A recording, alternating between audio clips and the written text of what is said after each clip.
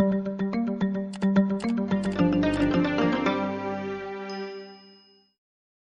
morning and/or afternoon, ladies and gentlemen. We're going to get started. Thank you for attending the latest installment of the Option Industry Council's webinar series. My name is Nick Ziegler, and I'm a staff member here at the OIC. I'll be guiding you through today's session. We're glad you could join us to learn more about options as a flexible, powerful trading tool. In today's webinar on weekly options, we'll take a look at why weeklies have become popular with investors, as well as explore the differences and risks unique to weekly options. As always, we'll cover the material, as well as your questions, in a quick 60-minute session. Our instructor today is the OIC's Director of Retail Education, Mr. Joe Burgoyne. Joe has spent more than 3 decades in the financial industry and brings a special understanding of options and investments to our discussion. Please note that the windows on your desktop are resizable, so feel free to move the slides around for ease of viewing. At the top right of each box, you'll see buttons to maximize and minimize each window, so please use those, especially on the slides, so you have the best viewing experience. You'll also note that there's a box on the right side of your screen where you're able to submit questions at any point during the presentation. Joe will be responding to those questions during the final 10 or 15 minutes of today's session. Please note that this box is for content-related questions only. If you're having technical issues, the leftmost icon at the bottom, the question mark, is a link to our webcast provider's support page. Just under the questions box, you'll see a survey. Please fill it out at any point during the session so we can better serve you and investors like you with our future webinars. These survey responses are extremely important to us and will help guide our future programming. As I mentioned, there is a row of icons along the bottom of your screen. Each icon corresponds to one of the windows in the webcast, so if you rearrange your workspace and are looking for a specific part of the webcast, you can return to that part by clicking those icons. For your convenience, you can access a PDF version of today's content via a download link that's just below your slide window. And if you'd like to review the entire webinar, an on-demand version will be available a few hours from now via the same link you used to join us today. Additionally, our previous webinars can be viewed on the OIC YouTube channel. And don't forget that OIC has live events coming this fall to a city near you. Our evening seminar schedule kicks off in Chicago tomorrow and will be followed by similar events in the New York area, Boston, Los Angeles, and the Dallas area. Make sure to check our full schedule at optionseducation.org. And now, ladies and gentlemen, Joe Burgoyne will bring you our topic today, Weeklies 101. Joe? Hey, Nick, thanks a lot. And as always, thanks to everyone for making time in their day to join us. I like the way you welcomed everyone, Nick, saying good morning or afternoon, depending on where you are. As everybody realizes, we mixed it up a little bit this time around by going with a midday webinar. So, again, thanks for joining us. As Nick said, we're going to focus on weeklies today. And for those of you new to the options space, the industry does have a document out there called Characteristics and Risks of Standardized Options, which basically speaks to the benefits and risks of the listed options product. Be sure to get a copy of that either from the OCC or from your broker. For those of you who have not joined us before, I think it's important. I like to talk about who the OIC is briefly, and then speak to the growth in the industry over, since 1973. This is who the OIC is. It's a consortium of the exchanges coupled with the OCC that funds our educational initiative and has since 1992.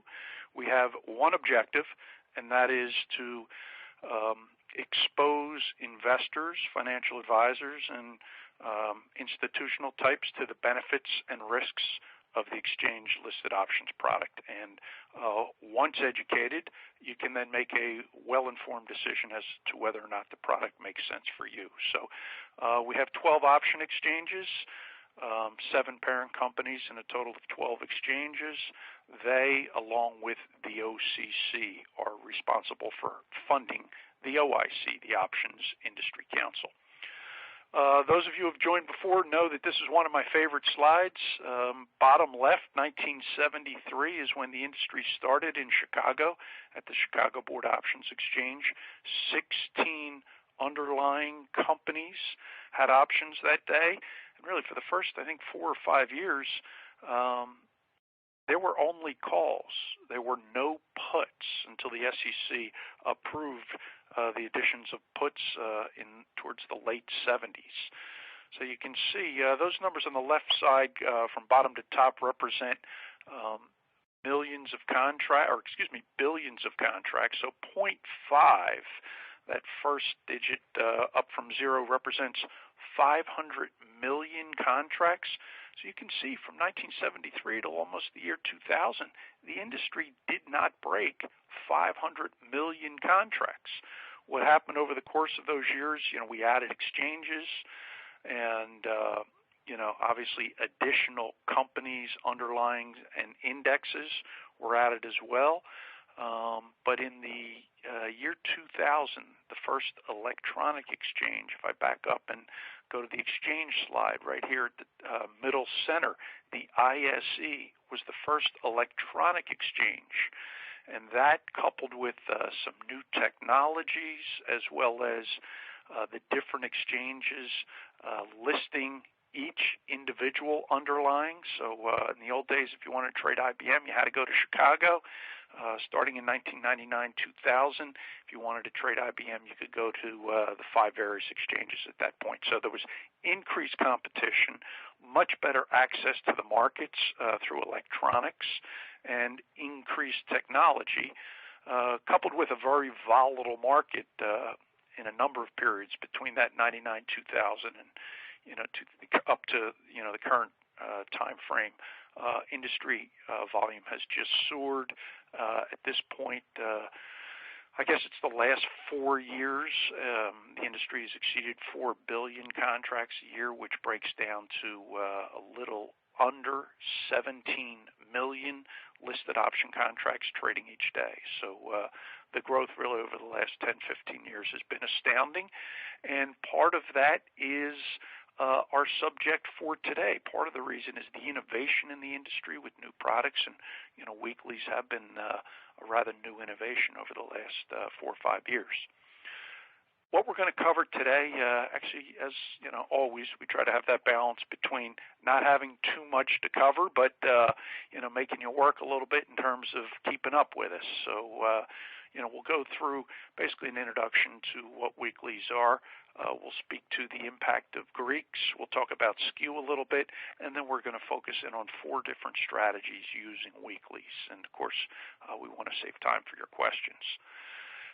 It's in this presentation maybe a pretty good idea to have a sense of what regular equity option contracts are, the difference between American versus European style exercise. American style contracts, which are the majority of the listed contracts on the exchanges, allows the buyer the right to exercise at any time from the time of purchase right up until expiration, where European style options can only be exercised that last day of expiration.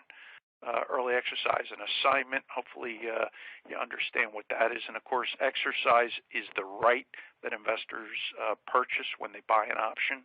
Assignment is basically what the sellers of options, the obligation that they may incur by selling a call or a put, they can potentially get assigned when a buyer exercises their option.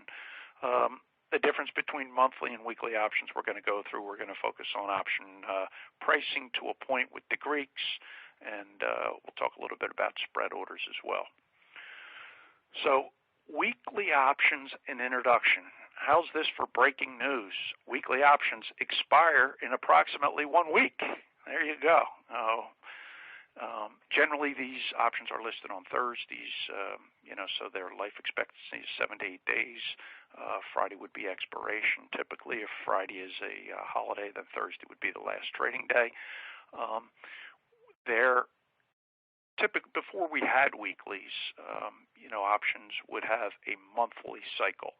So it is important to know that we have weeklies now over a number of consecutive weeks, but when the standard monthly option is coming up to expiration, there is no duplicate listing of that option, that weekly option, when the standard options are going to be expiring. Weekly options are definitely not available in all option classes. I mentioned back in '73 we started with 16 underlying entities, different companies that options were listed on. Now we've got over 4,200 listed underlyings on the various exchanges. That's a combination. The majority are individual companies themselves. We've got a number of indexes as well as ETFs. In the ETF space, there are about 1,500 ETFs total. Of that 1,500, about a third, so close to 500 ETFs do have listed options. And as far as expiration date procedures, contract specifications, the weeklies really do match regular equity options. Also, when we talk about weekly options, the investor interest has grown really dramatically. Weeklies were introduced in the 2010 time frame, started as a pilot program. We started with either 5 or 10 weekly options, and then over time the various exchanges were given the opportunity to add an additional 5. Well, now about 10% of the 4,200 underlyings actually have weeklies. So it's just north of 400 products have weeklies. They, of course, tend to be the most liquid instruments out there, and weekly volume by many accounts represents 20 to 25% of that average daily options volume. So, if we're talking, say, 17 million contracts per day, we're talking about 3-4 million weekly options trading on a daily basis. So, a very, very popular product at this point. One good way to keep track of what different underlyings have weeklies is to go to your exchange websites, both for the listings and the contract specs.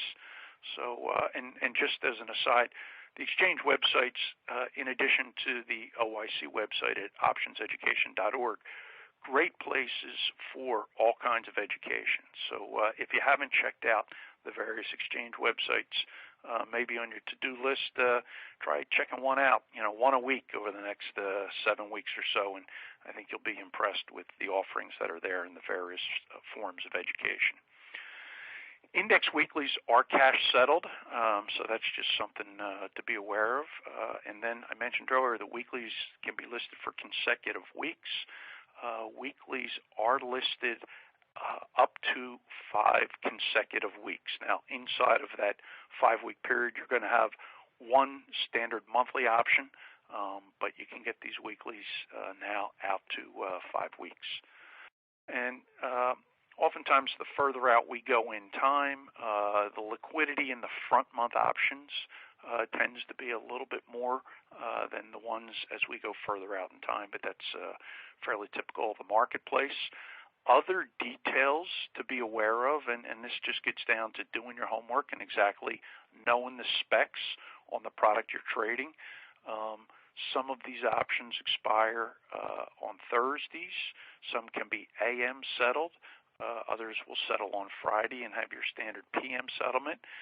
But depending on when they settle, obviously is going to have an impact on the potential value and risks of those particular options. So it's really critically important to know, whether your expiration is Thursday morning, Thursday afternoon, Friday morning, or Friday afternoon.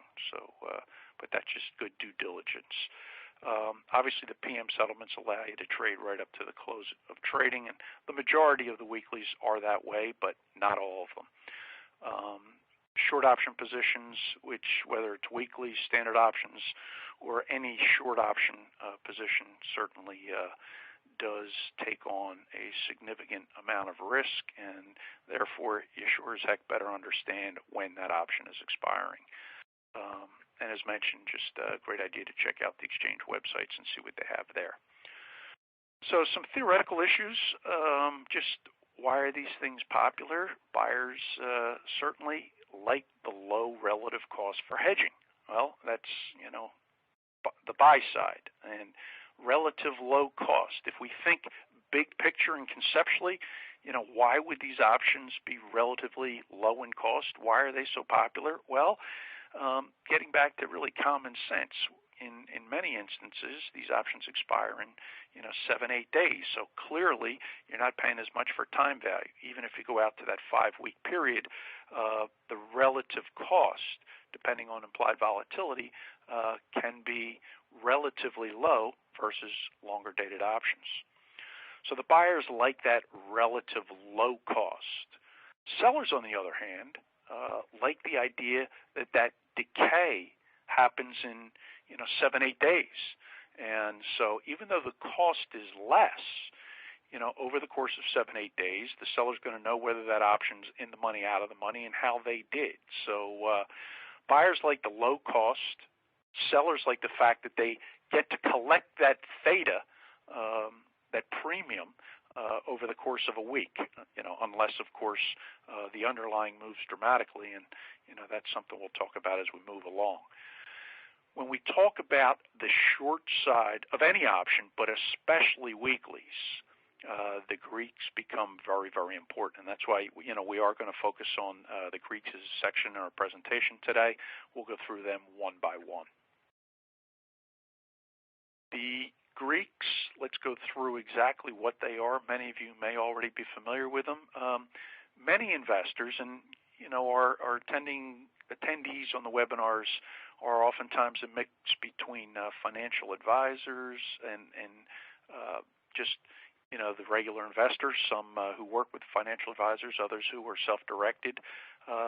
Those in the option space sometimes are doing their homework to find out about the Greeks. Many don't, and I would just urge you, if you're in the option space, try to get a solid understanding for what the Greeks are. It's not to say we're all going to become experts in options, but understanding the Greeks will allow you to have an informed opinion as to what the value of your option may be, whether it's a long option or short option, when that underlying moves. And of course, that's the key.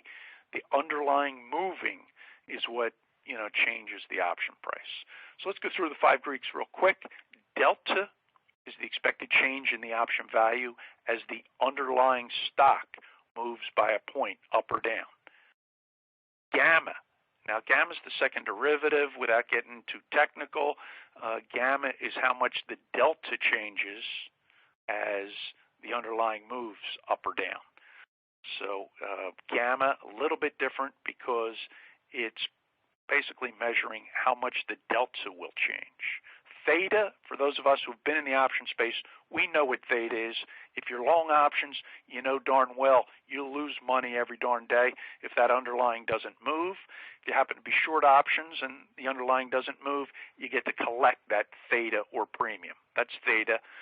Vega, for those of you who do listen to our webinars semi-regularly or all the time, Vega to me is the number one Greek because it really is the Greek that drives time premiums. And almost every option out there has time premium, and that is driven by Vega, which is really your measure of implied volatility. As implied volatility goes up or down, your value of your option will change. And the great thing about tools like an option pricing calculator, which can be found at optionseducation.org, you can go through all kinds of various scenarios. Underlying moving, implied volatility moving, days to expiration changing, those 3 changes on a pricing calculator can really be invaluable in terms of getting an understanding for where your option, either a long option or short option, is going to go as the underlying changes. And then finally, the last one is rho, which is the interest rate Greek. And with rates as low as they are, it's not very important. The further out you go in time, if you move your interest rates by a point, and again, you can go to the pricing calculator and do this, you'll get a change in the value of those options But with rates as low as they are, especially on your shorter dated options, the road Greek, not all that important. So let's get into the Greeks just a little bit more. Certainly the Greeks are only meaningful during the option's lifetime. After expiration, they're moot.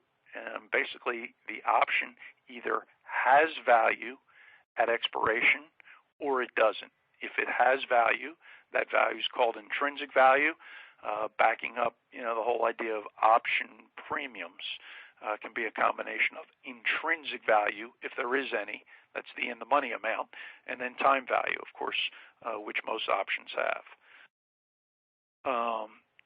One thing also, and you can get a good sense of this through the pricing calculators, the Greeks do affect one another, and so going through the pricing calculator, changing the implied volatility. I mean, from a common sense point of view, if the implieds go up, and with the implieds going up, the premiums in both the call and the put go up. So if the premiums go up, what's also going to increase? Well, time decay, theta, because there's more premium that potentially has to decay right to expiration. So that's just an example of how the Greeks do affect one another. You can check that out on the pricing calculators. And the impact of the Greeks do differ depending on the type of the option you have. As I said, you've got in the monies, and then at the money and out of the monies. Depending on how the Greeks move, those different contracts will be impacted maybe a little bit differently. The difference between near-term versus far-term. Again, big picture concepts in the option space. As you go further out in time, implied volatility is what really drives the premium in that option. So the risk on the longer dated options is the implied volatility level where, it's not the theta, it's the implied volatility that drives the levels of premium in those longer dated options. And the shorter dated options, oftentimes there's a greater focus on, the theta number itself. And that's just, how again, big picture concepts, I guess, in the overall option pricing space. So delta, again, it's the sensitivity to the stock price with the option moving up or down $1. Deltas, we basically talk about deltas from either 1 to 100. When a stock goes up by $1, the delta of the stock would be 100. And if it's a deep in the money option and it moved point for point with the underlying, then that would be a 100 delta option. It would move a point as the stock moved a point, either up or down. A 50 delta option would move 50 cents. And a 10 delta option, which would be out of the money, would move theoretically 10 cents with the underlying moving up or down $1. But that, again, going to those pricing calculators can really be invaluable, giving you a sense for, what the delta is, how much you can expect that underlying option price to move. This, to me, is a dynamite slide. A lot going on here. Let's start at the very bottom. XYZ, $60. So that's the important thing from my mind. $60.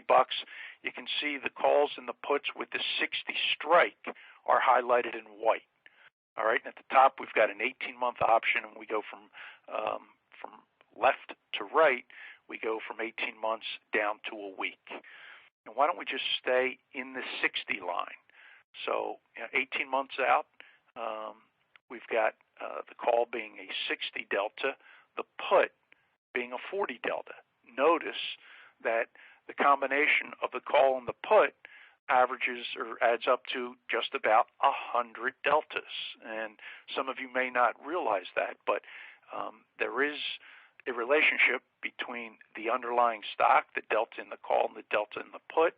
They will typically add up to right about 100. And so the at the monies, you'll see the delta, okay, and that's what we're focusing on here. With 18 months to expiration, the delta is 61. If we almost go to expiration, 1 week left, the delta in that at the money hasn't changed very much. It's only gone from 61 to 52, and the put has increased a little bit, from 40 to 48. Again, you can see 52.48 equals 100, so that makes sense. And with a week to go, it's basically a coin flip as to there's a 50% chance whether the stock's going to be above 60 or below 60. And that's why the delta is basically close to 50 with both the call and the put.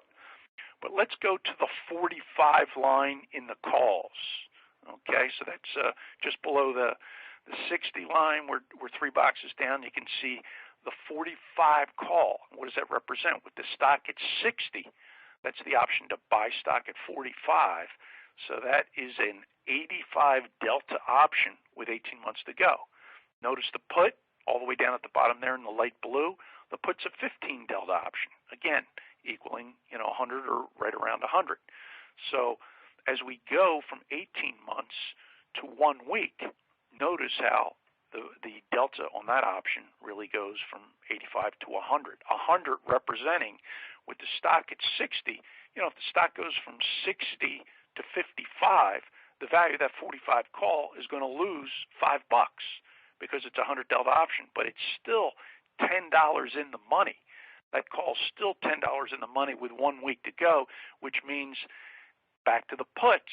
And let's go along that bottom line there. We went from a delta of 15 with 18 months to go to essentially 0 delta with a week to go.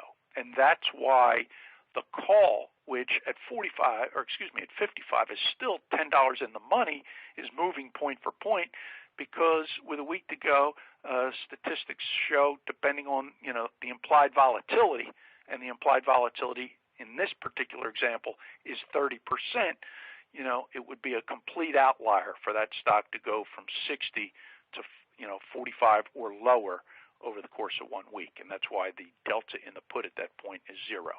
But just look at the relationship of how the calls and the put deltas change over time. Further out in time, we've got lower deltas, and then they all kind of work towards, with the exception of the at the monies, work towards either 100 or 0 as we get close to expiration. The gamma, which I mentioned earlier, is really the deltas, as the slide says, the delta's sensitivity to the stock price, and I think that's a darn good description. So as the underlying moves, the delta moves, and as the delta moves, the gamma gives you an idea of how much the delta is going to move for each 1 point move in the underlying up and down. So if you're getting started, that's a little bit complicated, but that's essentially, it's a guideline. Gamma is a guideline to what the delta will be as the underlying continues to move. And this slide, again, our focus here is weekly options. So that light turquoisey line, that goes up in the A shape, that's far more abrupt than the others, because the other lines represent much more time. And the more time we have, the less impact gamma has on the options. But as the closer we get to expiration, and especially the at-the-money calls and puts. So back to our $60 example, if we've got a 60 call and a 60 put, the gamma and the stock at 60 with a week to go, the gamma is going to be very significant. The potential move in that delta is very significant as the underlying moves above or below the strike. So we're just trying to hammer home some of the concepts here in the weeklies, the potential benefits and risks associated. Theta we talked about is the option value sensitivity to time. The higher the time premium, the greater the premiums. Obviously, the greater the potential theta, or loss in time premium, as we get closer to expiration. The at-the-money calls will have greater decay than the in-the-money calls because there's more time value at the money calls. So that's just something, again, big picture to be aware of. The in-the-monies get closer to 100 delta. The closer you get to 100 delta, the less time value you have in those options. And as I think any of us in the option space know, the closer we get to expiration, the faster this decay starts to accelerate, which really speaks to a lot of the success and interest in the weekly option space.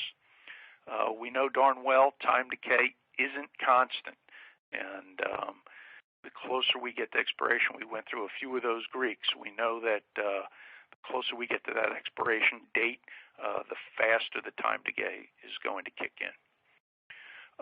Here's an example just focusing on call prices with XYZ. Stock price 21. So try to focus on that 21 stock price. We have 4 different time frames, all short in nature, all within the weekly 5 weeks certainly, and well within that. So we're just showing bid offer spreads. If we go to the bottom, the 22 days at expiration, with the stock price 21, we can see that the calls are basically 76 cents. Bid offer spread is 75 offered at 77. So fair value there in this example with the volatility towards the high side at 50%. We've got a theoretical value and a market value of 76 cents as the mean. So with 22 days left, the call being worth about 75 cents, the put's going to be worth about the same. Because it's a 50 vol stock, it moves quite a bit with close to a month left. The value of that straddle, which would be the 21 call and put, would be in the neighborhood of $1.40, $1.50. And that's where, over the course of 22 days, when I say the straddle, as I mentioned, it's the value of the combination between the call and the put. Going into your pricing calculator, you can see, over the next week, how much time decay will we have. And, we can see that the call goes from about 76 cents in value to about 62 cents. So we lose about 14 cents over the course of a week, and that's with the call. With the put, it would be about the same, so about 28 cents of that $1.40 or 50 would be lost, still with 2 weeks to expiration, and so on. The closer we get to expiration, obviously, the less time value there's going to be. And so for the sellers, less premium to collect, and for the buyers, a much cheaper or less expensive opportunity to buy the gamma associated with a short-dated option. So weeklies versus the monthly options, we've talked a little bit about that, but not so much in the context of strategies. The Iron Condor, which we'll get into later, tends to be fairly popular strategy for, I think, professional traders, and we'll get into the reasons for that. But as mentioned, it does take advantage of the accelerated time frame for the decay. Additionally, let's see here. We want to the enemy of theta is volatility, and as volatility explodes or goes higher, theta is going to increase, and the opposite is true. As implied volatility decreases, the same will be true for theta, or the amount that can be collected on the short side. Really, in order to receive any meaningful return over the commissions, these at-the-money strikes, especially with the Iron Condors, are the ones that are sold, because as we just showed, the closer you get to expiration, obviously the time premiums start to accelerate in their decay, and if you're not selling an option with a little bit of mean on it, what's the point? And so the higher price stocks with the higher volatilities obviously have larger premiums, but they also have more risk. So I always get back to understanding the core concepts, and we're going to go through the 4 different strategies. The important thing always, and it's true of any investment, but especially in the option space, because there tends to be more leverage associated, understand the risks and rewards. Take the time to know worst case scenario. I mean, no one likes surprises, and if you haven't done your homework in terms of what's my risk, then potentially you're setting up for a surprise, and nobody wants that. And defining that worst case scenario is not difficult. I mean, it's frankly easy to do if you're getting started, and once you pop on a position, you don't really understand the risks. Plug it into the pricing calculator and let it tell you. And as I say, it's not difficult to do. It just takes a little bit of time. But over time, you will benefit from doing that homework and spending the additional time. In terms of American style options, you do have a greater risk for early assignment because, as we said earlier, American style options can be assigned at any time. But when it comes to assignment, and we've talked about this before, almost always you're going to know when you stand a risk for assignment. And generally, it's only one of two times. It's when there's no time premium left in the option or come dividend time. And if the dividend is greater than the amount of premium in the option, you can expect to be assigned. So once in a blue moon, people exercise options for goodness knows what reason. But, from a price standpoint, it makes no sense. But that's really an exception. So from an early assignment standpoint, it really shouldn't happen as a complete surprise because, we can have a pretty good idea when we're in a position to be assigned in a short position. When we talk about weeklies, and this is why, kind of the focus on delta and gamma, the short-term strategies with the weeklies, leave not a lot of time for adjusting. And that is where you really have to be comfortable understanding the risks and be comfortable with the potential big move in a stock and what that can do for you, especially if you use weeklies from the short side. A couple things before we get into the strategies. The weeklies do exist in index options, as we mentioned, and American style options. So just be sure you are aware of what type of exercise your weekly option has. Longer dated weeklies, and again, so that's up to 5 weeks out. Obviously, more time, more premium, and sometimes that's where the traders will put on these strategies in order to give them a chance to take in more premium and also a better chance to adjust. So rather than taking that weekly right down to expiration, where so many options have either a 0 or 100 delta, maybe they put on the position 5 weeks out and then take it off with a couple weeks to go. So, but again, that's up to you as an investor. What's your risk tolerance?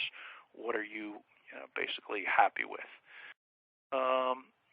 More options have volume in the front month than the further out options, as I mentioned, but that's just basically how it's played out, and that most of the volume in the 1 week option is in both the calls and the puts. Obviously, as we mentioned, buyers have the opportunity to buy that gamma and potential delta change for not a lot of money, and the sellers like the idea that potentially they can collect that theta and only have 7 days. Using the lower delta calls and puts lowers the risk, of course, but obviously when we're talking weekly options, there's not much premium to sell. So it's really a comfort level in a couple areas. What types of stocks are you comfortable with in terms of their volatility? And that volatility, the amount of movement, the implied volatility, will determine the level of premiums. And I think that's an important first step if you're considering weeklies or really any options for that matter. Know which option, which underlying stocks, whether you follow them studiously and know their fundamentals, whether you're a chart person, whether you pick them based on implied volatility, whatever your recipe is, get comfortable with a particular type of stock and then, employ your option strategies over that. Obviously, the weekly options take advantage of faster time decay. That's just straightforward, and I think we all understand that. Skew, we'll just touch on just a bit. Skew is how option premiums change as we go up and down our various strike prices. So frequency, as the slide suggests, the downside puts tend to be more expensive than the calls, just because there seems to be more demand for that downside protection. So we get a little bit more premium in those downside puts than we do with those out-of-the-money calls. And that's known basically as vertical skew. So your out-of-the-money puts versus your out-of-the-money calls, those out-of-the-money puts will have typically a higher time premium because of the natural skew in the options marketplace. And I'm sure many of you have seen that. And here's a picture of that. And stock price 21, our implied volatility levels are on the left side, ranging from 50 all the way up to 100. And you can see with the stock at 21, as the puts, as we go to the left, those out-of-the-money puts, which are the puts that are priced with strike prices below the underlying stock, you can see that implied volatility tends to go high. Now, this is a steep skew, to say the least, and at some point when options just get priced in nickels and dimes, I think it's important to look at those prices from a dollar standpoint and not necessarily from a skew standpoint. But the idea of this slide is to just emphasize the idea that the out-of-the-money puts, the premiums tend to be higher than the out-of-the-money calls. Let's get into the four different strategies. We're going to talk about covered calls, protective put, iron condor, and vertical spreads before we go to questions with Nick. Covered call, hopefully everybody understands what that is. For every 100 shares of the underlying that you own, you get to sell a call. So in this example, we're holding 100 shares of XYZ that trades for 21 bucks. As always with any investment, we've got an opinion as an investor. In this example, we're neutral to bullish on the underlying stock. So does neutral to bullish fit a covered call strategy?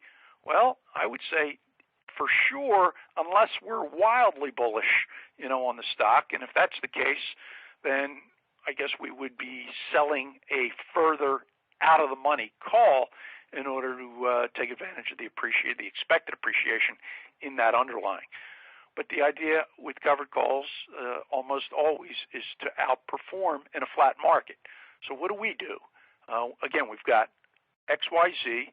We're long it at 21 bucks. We sell a 14-day, 21.5 strike call for 74 cents. And the stock, no dividend between now and expiration. I guess the stock doesn't pay a dividend, period. So that 21.5 strike call is going to be slightly out of the money.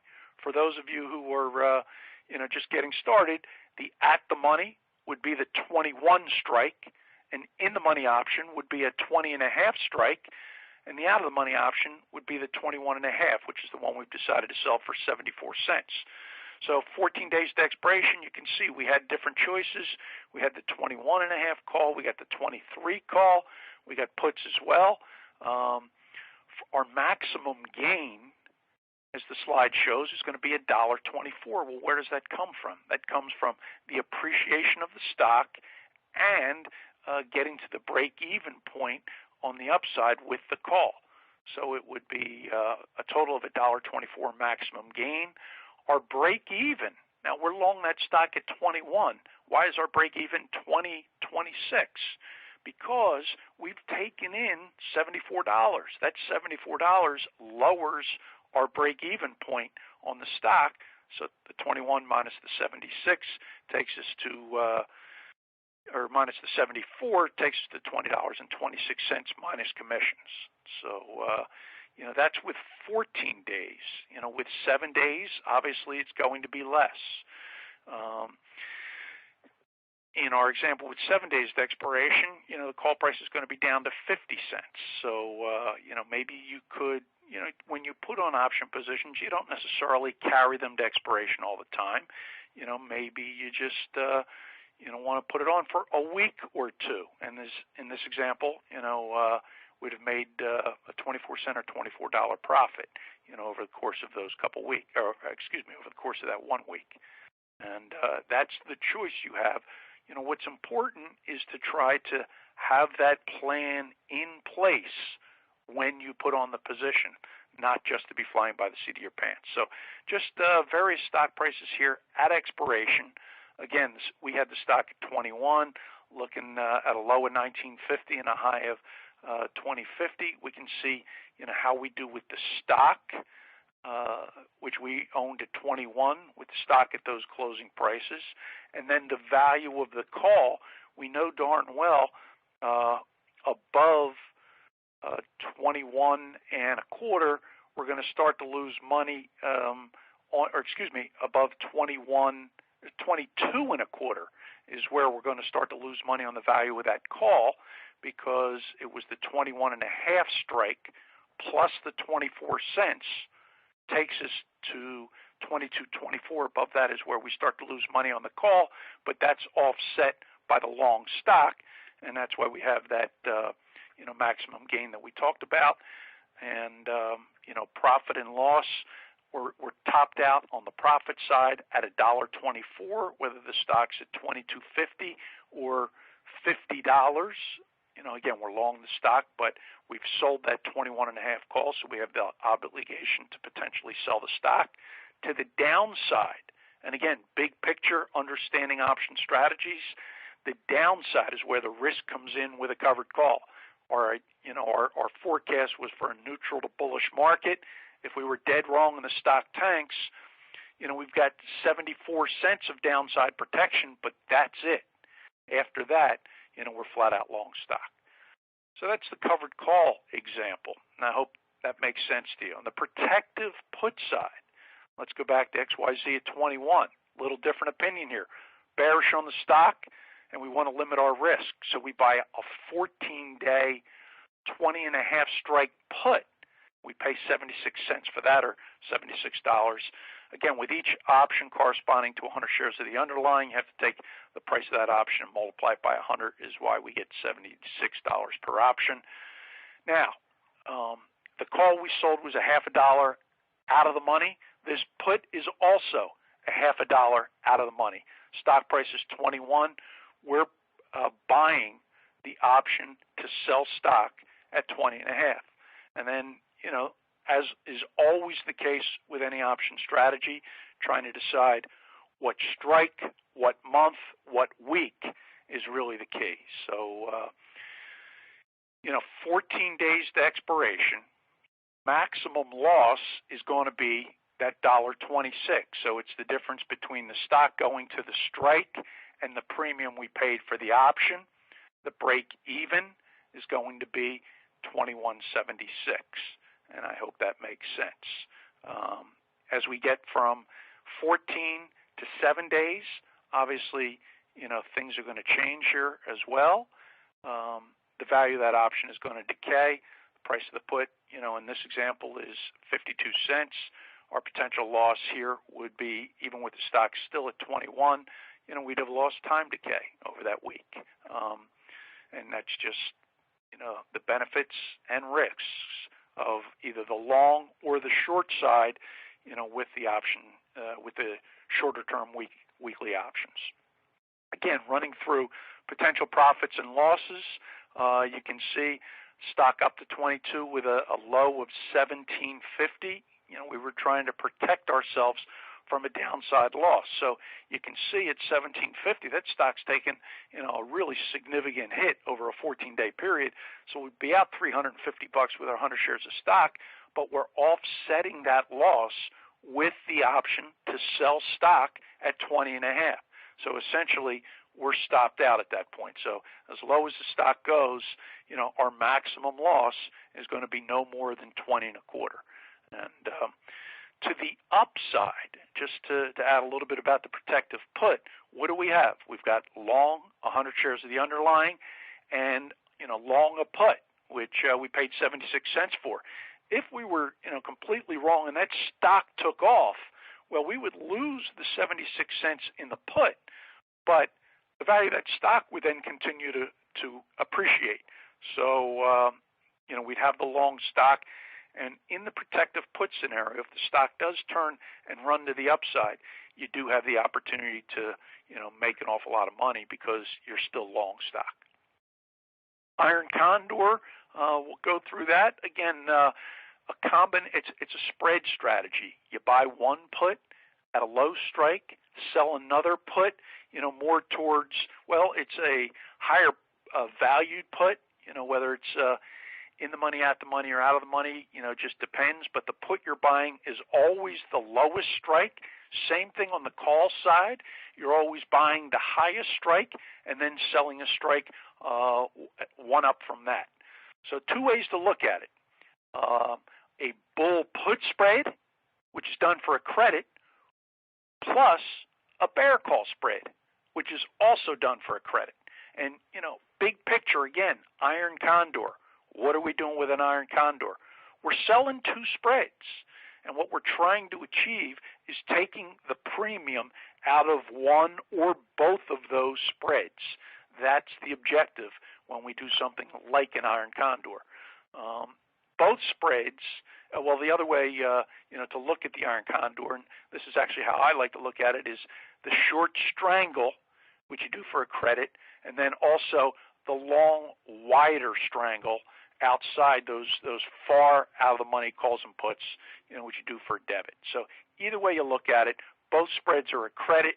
You do have to understand what the margin requirements are from your broker, but the goal of the Iron Condor and the reason they're popular, we sell one sliver of pricing on the call side, another sliver of pricing on the put side, and we try to take those two slivers of premium out of the market with defined risk. So in our example here, XYZ still 21, stock just doesn't move. We're buying a 19 put, selling a 20.5 put. On the call side, we're selling a 20.5 call and buying the 23 call. So 14 days to go. There are other strikes that we could do, but this is our example. And for this, we're taking in an 88-cent credit, the combination of the two spreads. So your downside break even and your upside break even, you go from the short put strike on the downside and you subtract the credit received. So it's the 20.5 strike minus the 88 cents or $88 takes us to a downside break even of 1962. And then the upside, you take that inside short call strike and add the net credit received. So it's 21.5 plus the 88-cent credit for a break-even point of 22.38.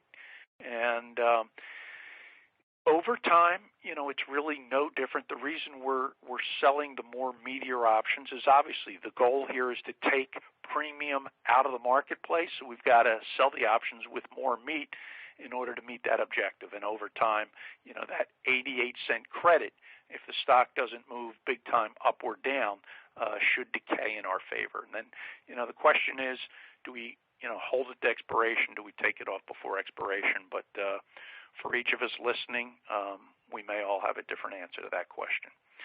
Last spreads that we'll talk about quickly are the vertical spreads, and then we'll go to questions with Nick. Vertical spreads, you buy one option, sell another, same underlying, same expiration. Of course, different strike prices, that's the key. Two types of vertical spreads. We get the debit spread where, it's a debit. You pay to initiate the position. And then, the credit spread, which we referred to in the Iron Condor strategy. The option you're selling costs more than the one you're buying, so obviously you put that thing on for a credit. $21 XYZ, our outlook. XYZ should be lower or unchanged in the next 7 days, but is not expected to move above the $22 a share level. So we decide we've got the $21 share. Why consider a credit spread, which obviously means we're not bullish above 22, different choices that we could employ. We could sell 100 shares short. Well, that's a whole different animal. You got unlimited risk when you sell shares short. You got high margins. You need your broker approval. Of course, you need broker approval with a lot of things, but from a risk perspective, it's unlimited. Next thing, selling a naked call, same thing, unlimited risk, high margin. If that's the space you want to be in, that's up to you. But both of those options have high risk profiles. Lastly, it's the credit spread, and as I described it earlier, we're trying to take premium out of the option space with a range of a stock price over some period of time. And one example here, XYZ, $21, 14 days to expiration. We sell the 20 and a half 22 call spread for 68 cents. So, here to me, I got to be a little bit, I'm certainly not bullish. I'm neutral and really a little bit bearish because the option I'm selling, the 20 and a half, is in the money by 50 cents. So really the premium here is about 18 cents on top of the in the money amount. Maximum gain, of course, when we sell the credit spread is the premium we take in. So when would we collect the 68 cents? Well, we'd collect that when the stock is at 20 and a half or lower at expiration. Maximum risk is going to be the difference between those spreads, $1.50 minus the 68 cents we took in. So the maximum risk is that difference of 82 cents. And then our break even is going to be the 20 and a half strike plus the 68 cents, 21 and 18 cents. So as we get closer to expiration, these options will decay. Clearly, the 20 and a halves are going to decay more than the 22s because they have more meat to them.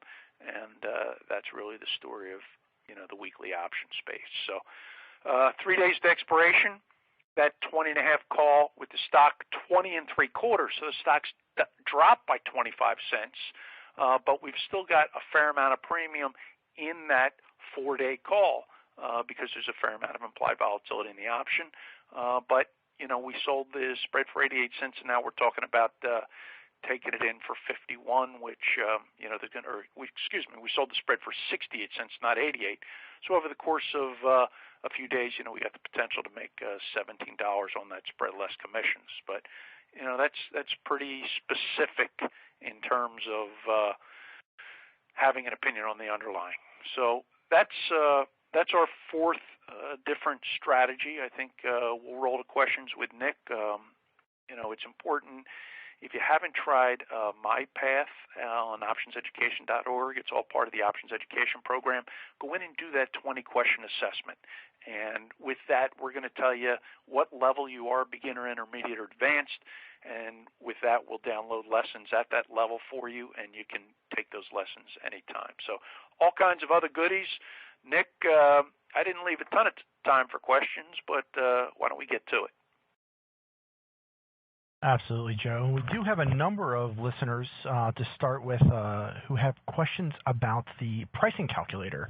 And just to let our listeners know, that pricing calculator is available on the OIC website, optionseducation.org, under the Tools and Resources drop-down.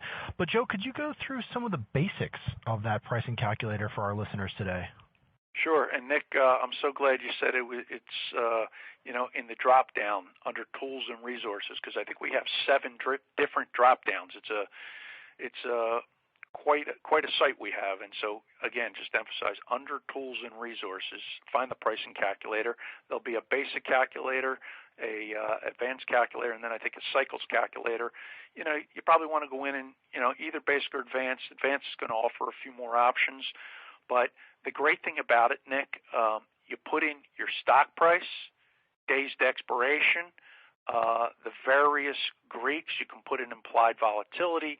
You can put in your strike price, days to expiration, and then just hit that button, calculate, and you'll see the calls and the puts come up, and then you can move the implied, as I mentioned earlier, move the days to expiration, and move the stock price as well, to give you a very good sense of what the different options are going to be priced at. You can also plug in spread strategies, so you can see the value of spreads, how they change as the underlying goes up and down. Joe, are weekly options available for futures and not just equity options? Well, futures is another beast, and in terms we offer them for equities, and the majority of our 4,200 plus listings are equities, which are individual companies, about 500 or so ETFs, and then some indexes. So that's there is a combination of, and as I said earlier, just a little over 400 weeklies exist, and they are on a combination of underlying companies, indexes, and ETFs.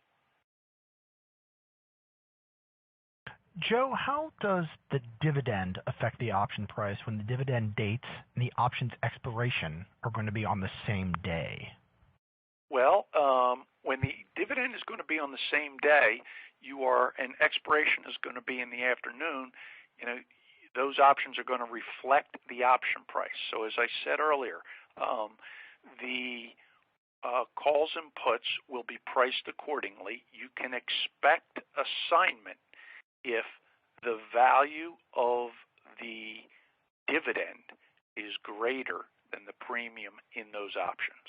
So for people who are kind of getting started in the option space, pay a lot of attention to your underlyings that have a dividend, because the call and put prices are impacted around those dividend dates, and it'll take some time. It's actually an area that can be darn confusing, so you may have to go through a couple cycles, or feel free to call your broker, and maybe they can help you understand how the calls and puts change in price as you get to that dividend.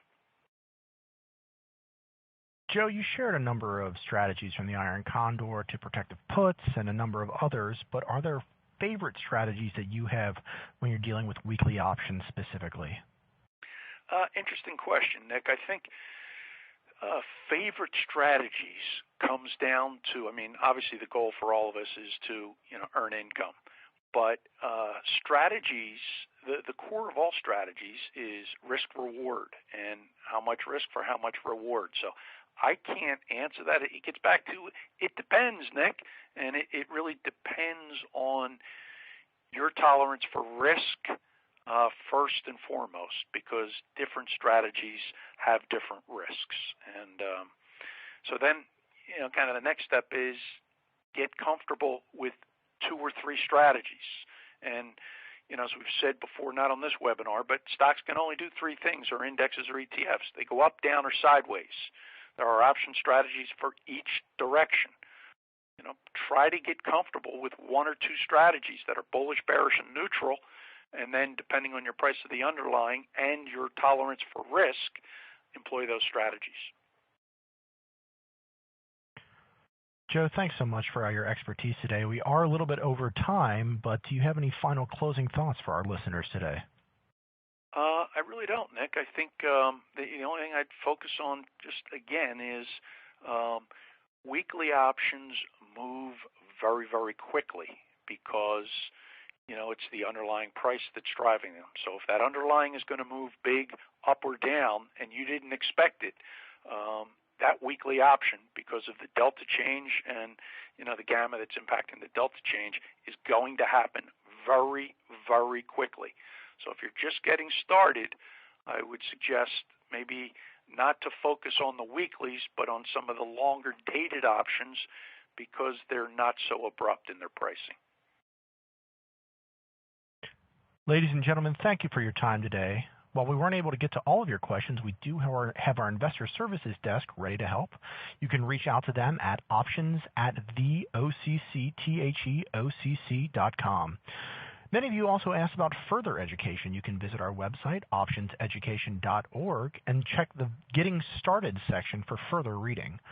Again, today's session will be archived and accessible in a few hours using the same link you used to join us today. And our webinars are available on the OIC YouTube channel, so you can review a number of option strategies and concepts at your own pace. And of course, make sure to check our website in the upcoming weeks for our upcoming online session. Our next one will be on October 6th, when we'll be discussing options basics. And if you're in the New York, Chicago, Boston, Dallas, or Los Angeles areas, please come to one of the OIC's evening seminars this fall. The full schedule is available at our website, and our season kicks off tomorrow night, September 16th, in Chicago. Ladies and gentlemen, thank you again for attending, and we hope to see you again next time.